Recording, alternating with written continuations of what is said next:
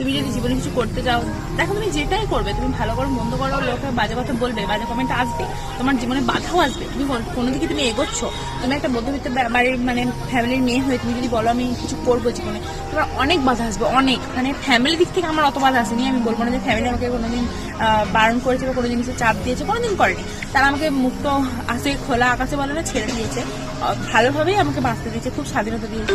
এই যে সমাজ, প্রতিবেশী বা এই কিছু কিছু মানুষদের ছিল যে এটা বলবে ওটা বলবে, বলতো প্রচুর ওনার কথা বললেই নয়, সে হলো আমার ভালোবাসার মানুষ তহিদুল।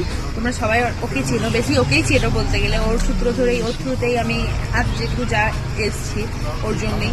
ও পাশে না থাকলে হয়তো বা আমার কোনো কিছুই সম্পূর্ণ হতো না, আমি পারতামই না। কিভাবে পারতাম? মানে বাধা প্রত্যেকটা মানুষেরই হয় না, যে এটা বাধা আছে ওটা বাধা আছে, সেখানে মানুষ পড়ে যায়, পড়ে তোলার জন্য আরেকটা মানুষের পড়ে যায়, সেই মানুষটাই হচ্ছে। তো তাহলে আর বলার মতো কিছু নেই। তোমাদের সবাইকে অনেক অনেক অনেক ধন্যবাদ। আর স্পেশালি ফ্যামিলি আরও ওরা তো আছেই, ওদেরকে থ্যাংক ইউ, আমি ছোটো করবো না। Thank you so much my all Facebook family.